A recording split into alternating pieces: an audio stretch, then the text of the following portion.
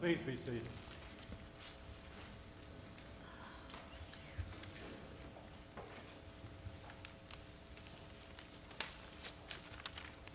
In our growing up, from our early years on up, a part of what we do is we begin to assimilate aspects of our culture. We begin to learn how to socialize within a particular context, and we begin to build our own social networks. Growing up in the South, there were certain things that were either asked or said that became a part of my life and influenced how I would do things. From the earliest I can remember, if we went to a particular town or somewhere and someone wanted to speak to me or to my parents, they would say, "Are you from here?" And then usually the second question is, who's your parents? Who's your father? Who's your mother? Sometimes, if you answered the first question negatively, there was not a second question. You're not from here, I don't care who you are. Sometimes it wasn't questions that were part of the culture. Sometimes it was statements. From the earliest on, I remember there was this one statement that I heard and have heard throughout my life. Bless her heart. Now, one of the things I learned very early on was that bless was not important and heart was not important. What was important was her. Or if it was bless your heart, it was you. And what was being said had nothing to do with a blessing.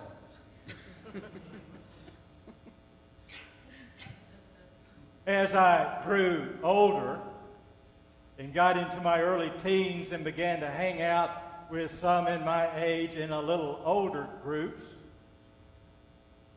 there were various things that we would say, but there was one phrase that always stood out. "Hey, y'all, watch this." Now, if you are at all familiar with this phrase,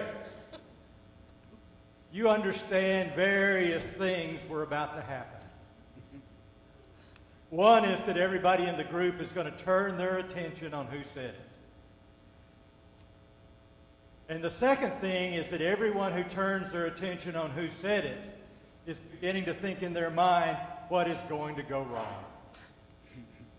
Because I can bet you that in just about every situation where that phrase is used, there's going to be pain.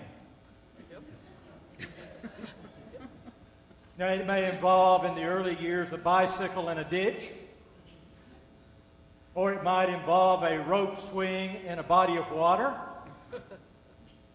or it might involve some other things that we won't get into. But you know something is going to happen. Now, if you're the person who is saying this phrase,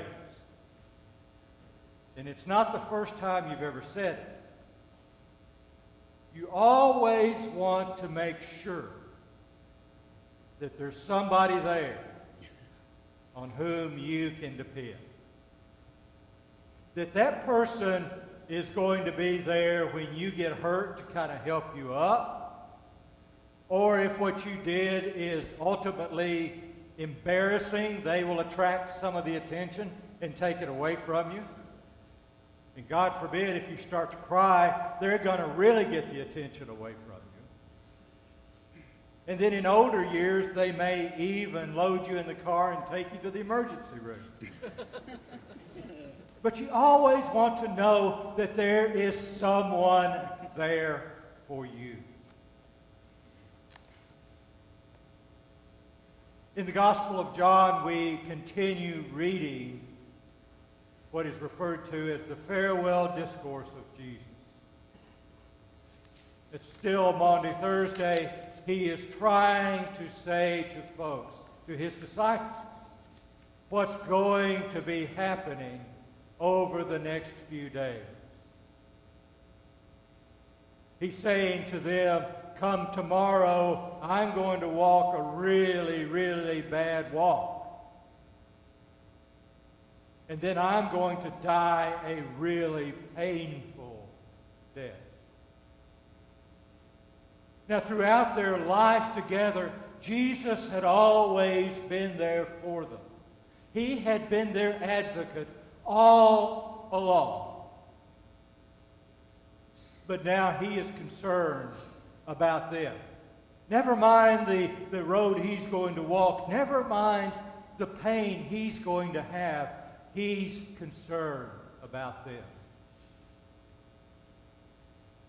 And he looks at them and he says some of the tenderest words that were ever written. I will never leave you orphan.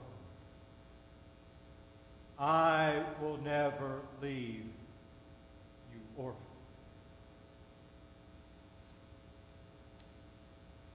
I will send another advocate.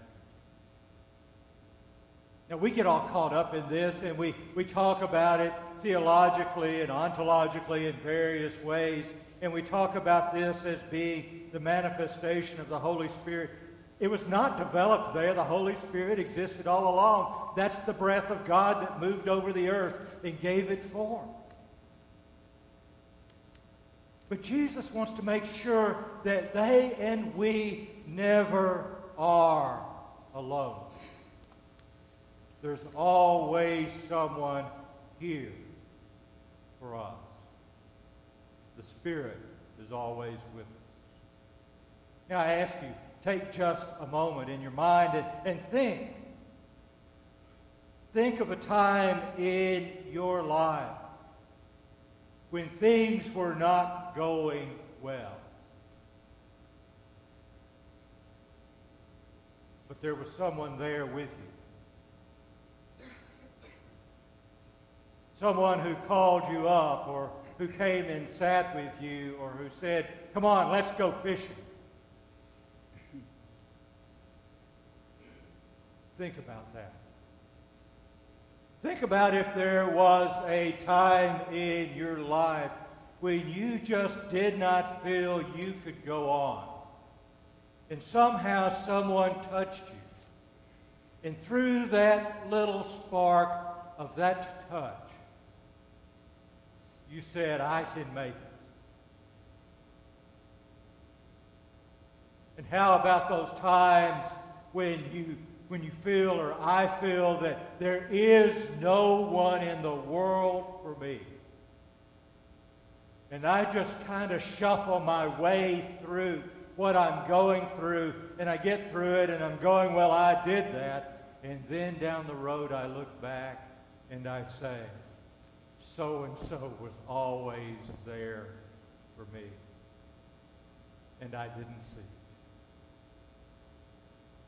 I submit to you that you and I, when we think about those times, we know the presence of the advocate in our lives.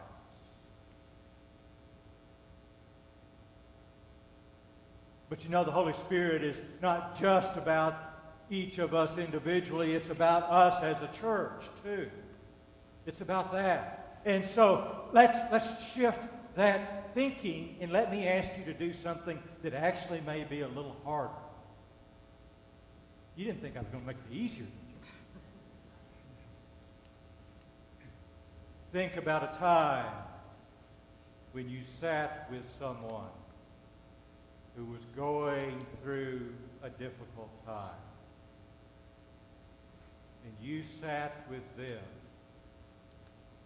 And maybe you didn't say anything that was great and wonderful. Maybe you just sat in silence. And maybe, just maybe, because you sat with them, they made it through. Or think about a time when in the midst of a conversation with someone whose life is going pretty well, You made a statement to them, and they stopped and they went, "Oh."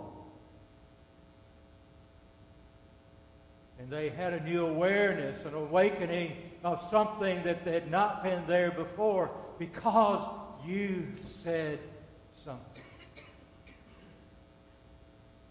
Maybe you and I now know what it's like to be the advocate in someone else's life. I will never leave you orphan. Wow.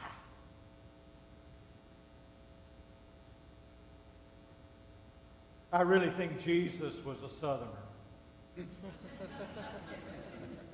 I think Jesus grew up just like I grew up, as much as I grew up.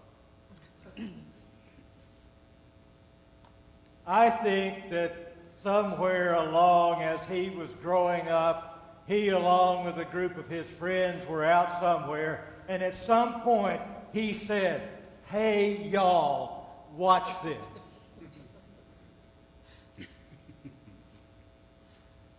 But you know, even if he didn't, he did it on Maundy Thursday. He looked at his disciples and he said, "Hey, y'all, watch this.